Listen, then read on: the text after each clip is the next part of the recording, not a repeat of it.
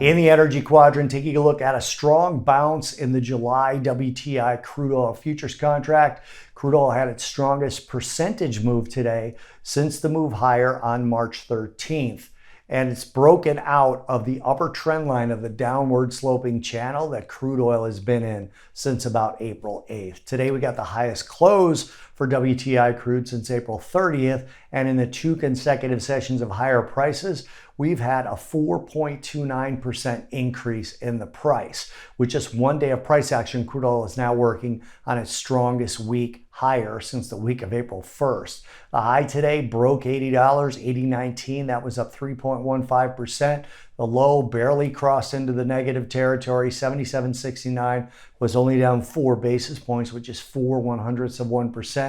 We closed above 80, above 3% higher from yesterday's close.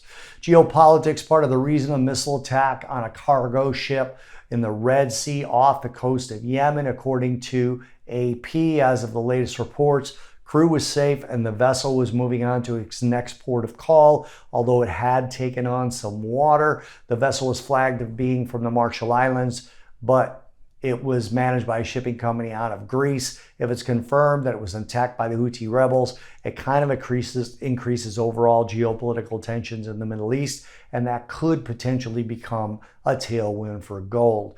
We also had the dollar, despite higher interest rates, fall against most of the majors. The dollar was up against the yen and the Canadian dollar, but down against the pound, the euro, the New Zealand dollar, and the Aussie dollar, as well as the Swiss franc. And that inverse relationship between commodities in general and crude oil specifically and the dollar seemed to help give crude oil a little bit more jet fuel to the upside today.